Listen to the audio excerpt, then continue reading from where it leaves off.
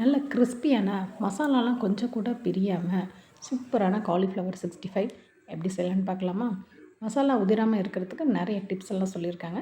வீடியோவை முழுசாக பாருங்கள். கொஞ்சம் கூட ஸ்கிப் பண்ணாமல் பார்த்தீங்கன்னா தான் உங்களுக்கு புரியும். இந்த காலிஃப்ளவர் 65 குழந்தைங்கள்லேருந்து பெரியவங்க வரைக்கும் எல்லாருக்குமே ஒரு பிடிச்ச ஈவினிங் ஸ்நாக்ஸ் ரெசிபி. இப்போ இதை நம்ம பண்ண ஆரம்பிச்சிடலாங்க. அதுக்கு நல்ல ஒரு பெரிய காலிஃப்ளவர் எடுத்துக்கோங்க. அதை சின்ன சின்ன துண்டாக கட் பண்ணி எடுத்துக்கோங்க. ரொம்ப பெரிய சைஸாகவும் இல்லாமல் ரொம்ப சின்னதாகவும் இல்லாமல் மீடியம் சைஸாக நீங்கள் எடுத்துக்கோங்க. அப்போ தான் நம்ம எண்ணெயில் பொரித்து எடுக்கிறப்ப நமக்கு கரெக்டான சைஸில் கிடைக்கும். இப்போ இந்த காலிஃப்ளவரை சுடு தண்ணியில் போட்டு கொஞ்சம் நல்லா ஒரு 2 நிமிஷம் வேக வச்சா போதுங்க. ரொம்ப நேரம் வேகணும்னு அவசியம் இல்லை. நம்ம சுடு தண்ணியில் போடும்போது அதில் ஏதாவது புழு இருந்தாலும் அது எல்லாமே நமக்கு இறந்துடும். இப்போ இதில் நம்ம கொஞ்சமாக மஞ்சத்தூளும் கல்லுப்பும் சேர்த்துக்கலாங்க. இப்போ இது எல்லாத்தையும் நல்லா மிக்ஸ் பண்ணி விடுங்க.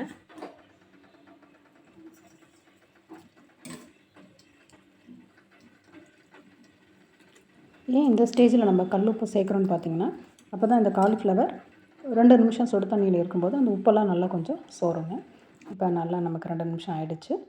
இதை நல்லா பச்சை தண்ணி ஊற்றி 2 வாட்டி நல்லா கழுவிடுங்க. இப்போ தண்ணியெல்லாம் வடித்து எடுத்து வச்சுக்கோங்க. காலிஃப்ளவரை சுடு தண்ணியிலேருந்து எடுக்கிறப்ப ஒரு ஸ்மெல் வரும் பார்த்தீங்களா? எனக்கு அந்த ஸ்மெல் பிடிக்காதுங்க.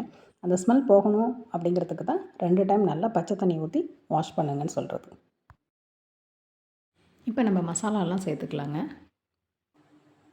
65 பவுடர். நீங்கள் எந்த அளவுக்கு காலிஃப்ளவர் எடுக்கிறீங்களோ அதுக்கு தகுந்த மாதிரி அந்த 65 பவுடர் நீங்கள் எடுத்துக்கலாங்க. இதில் நல்ல ஒரு 3 டீஸ்பூன் வந்து நம்ம கார்ன்ஃப்ளவர் சேர்த்துக்கலாம். அதே 3 டீஸ்பூன் வந்து அரிசி மாவு சேர்த்துக்கலாங்க. காரத்துக்கு தனி மிளகாய்த்தூள் 1 ஸ்பூனும் நல்லா அது கலர் கொடுக்கணுங்கிறதுக்காக காஷ்மீர் மிளகாய்த்தூளும் 1 ஸ்பூன், நான் ரெண்டும் சேர்ந்து நான் எடுத்துருக்கேங்க. கொஞ்சமாக பெருங்காயத்தூள் சேர்த்துக்கலாம். உங்கள்கிட்ட பெருங்காயத்தூளுக்கு பதிலாக இஞ்சி பூண்டு பேஸ்ட் இருந்தாலும் அது நீங்கள் 1 ஸ்பூன் சேர்த்துக்கோங்க. என்கிட்ட இஞ்சி பூண்டு பேஸ்ட் இல்லாததுனால நான் பெருங்காயத்தூள் சேர்த்துருக்கேன். இதில் உப்பு வந்து தேவையான அளவு நீங்கள் சேர்த்துக்கோங்க. ஏன்னா நம்ம காலிஃப்ளவர் வேக வைக்கும்போதே உப்பு நம்ம சேர்த்துருக்கோம். அதனால் உப்பு வந்து நீங்கள் பார்த்து சேர்த்துக்கோங்க. 1/2 ஸ்பூன் கரம் மசாலா சேர்த்துக்கலாம். ஃபஸ்ட்டு நம்ம தண்ணியெல்லாம் எதுவுமே ஊற்றாமல் வெறும் அந்த பவுடர் காலிஃப்ளவர் மட்டும் நான் எந்த மாதிரி குளுக்குறேனோ அதே மாதிரி நல்லா இந்த மாதிரி குளிக்க விடுங்க. அப்போ தான் அந்த பவுடர் எல்லாமே வந்து அந்த காலிஃப்ளவரில் நல்லா கோட் ஆகும். ஃபஸ்ட்டு நல்லா கை வச்சு இந்த மாதிரி நல்லா கிளறி விடுங்க. ஏன் குண்டானில் இப்படி குளிக்க விடுங்கன்னு சொல்கிறேன்னா, கை வச்சு நம்ம மிக்ஸ் பண்ணும்போது அந்த காலிஃப்ளவர்லாம் உடையிறதுக்கு நல்ல சான்ஸ் இருக்குது. ஒருவேளை நீங்கள் கையில் மிக்ஸ் பண்ணுறீங்கன்னா ஜென்டலாக அப்படியே மிக்ஸ் பண்ணுங்கள். இப்போ நம்ம கொஞ்சம் கொஞ்சமாக நம்ம தண்ணி தெளித்து மிக்ஸ் பண்ணி விடலாம். முடிஞ்ச அளவுக்கு இந்த மாதிரி நீங்கள் ஒரு அகலமான பாத்திரமாக இருந்தால் இந்த மாதிரி நமக்கு குளுக்கிறதுக்கு நமக்கு கொஞ்சம் ஈஸியாக இருக்குங்க. இடையில கொஞ்சம் கொஞ்சமாக நீங்கள் தண்ணி தெளித்து நல்லா மிக்ஸ் பண்ணுங்கள்.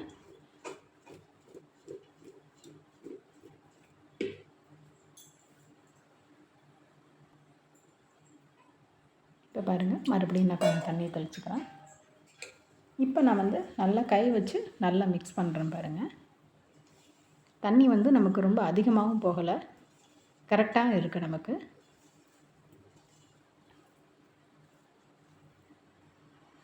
நல்லா அழுத்தம் கொடுத்து பிசைஞ்சிடாதீங்க. அப்படியே மெதுவாக அப்படியே ஜென்டலாக நீங்கள் பிணைஞ்சிங்கன்னா அந்த மாவு எல்லாமே வந்து அந்த காலிஃப்ளவரில் நல்லா கோட் ஆகிடும்.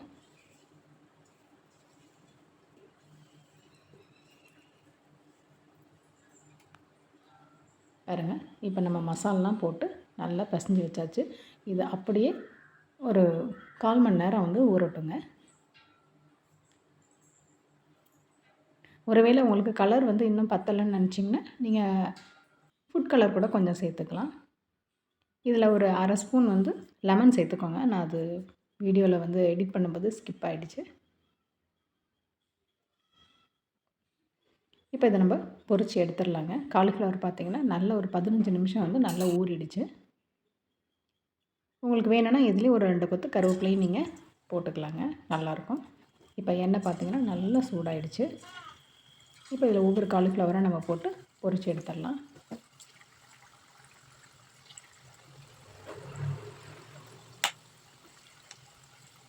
காலிஃப்ளவர் போட்ட உடனே நீங்கள் திருப்பி போட்டுறாதீங்க. அதுக்கு ஒரு 2 நிமிஷம் டைம் கொடுங்க. நீங்கள் உடனே திருப்பிட்டிங்கன்னா அது அப்படியே அந்த அடியில் போய் அந்த கடாயில் அப்படியே ஒட்டிக்கும். உங்கள்கிட்ட 65 பவுடர் இல்லை அப்படின்னா அதுக்கு பதிலாக நீங்கள் கடலை மாவு கூட நீங்கள் சேர்த்துக்கலாங்க. மசாலாலாம் வந்து பிரியாமல் இருக்கணும் அப்படின்னா நீங்கள் வந்து இன்னொரு ஸ்பூன் கார்ன்ஃப்ளவர் கூட நீங்கள் சேர்த்துக்கலாம். காலிஃப்ளவர் நல்லா கிறிஸ்பியாக வர்றதுக்கு பச்சரிசி மாவு வந்து நீங்கள் இன்னொரு ஸ்பூன் கூட சேர்த்துக்கிட்டிங்கன்னா நல்லா கிறிஸ்பியாக வருங்க. இப்போ இதை மெதுவாக அப்படியே திருப்பி விடுங்க. பாருங்கள், நல்லா கலர் மாறி நல்லா செவந்து நமக்கு வந்திருக்கு.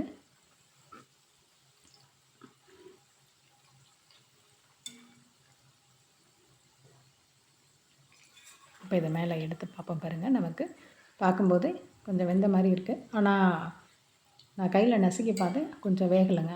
மேலால் உங்களுக்கு அப்படியே வெந்த மாதிரி இருக்கும், ஆனால் உள்ளுக்குள்ளே வந்து வேகலை. அதனால் இது இன்னும் கொஞ்சம் நேரம் அப்படியே நல்லா வேகட்டுங்க. இந்த காலிஃப்ளவர் 65 எதுக்கெல்லாம் வந்து சைடிஷ்ஷாக வச்சு சாப்பிட்லான்னு பார்த்தீங்கன்னா, தயிர் சாப்பாட்டுக்கு நல்லாயிருக்கும்.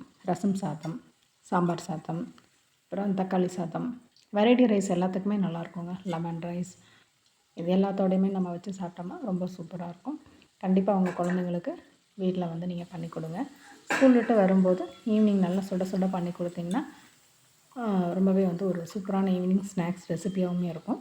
இப்போ பாருங்கள், நம்மளோட காலிஃப்ளவர் நல்லா வெந்துருச்சு. இன்னும் கிறிஸ்பியாக வேணும்னா இன்னொரு 1 நிமிஷம் எண்ணெயில் இருக்கட்டுங்க. பாருங்கள், இப்போ நல்லா கிறிஸ்பியாக நமக்கு நல்லா வெந்துருச்சு பாருங்கள். உங்களுக்கு பார்க்கும்போதே தெரியும் எந்த அளவுக்கு வெந்திருக்குன்னு பாருங்கள்.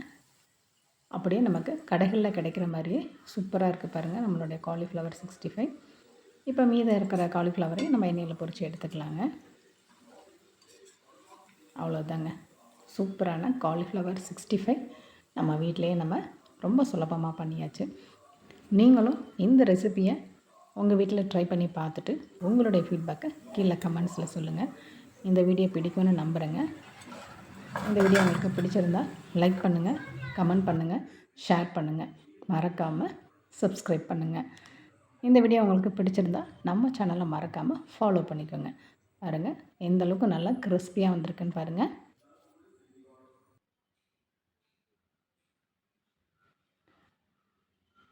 சூப்பரான காலிஃப்ளவர் 65 நமக்கு சூப்பராக ரெடி ஆகிடுச்சு.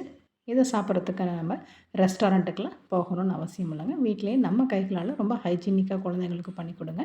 அவங்க விரும்பி சாப்பிடுவாங்க. கண்டிப்பாக நீங்கள் ட்ரை பண்ணி பாருங்கள். Thank you friends.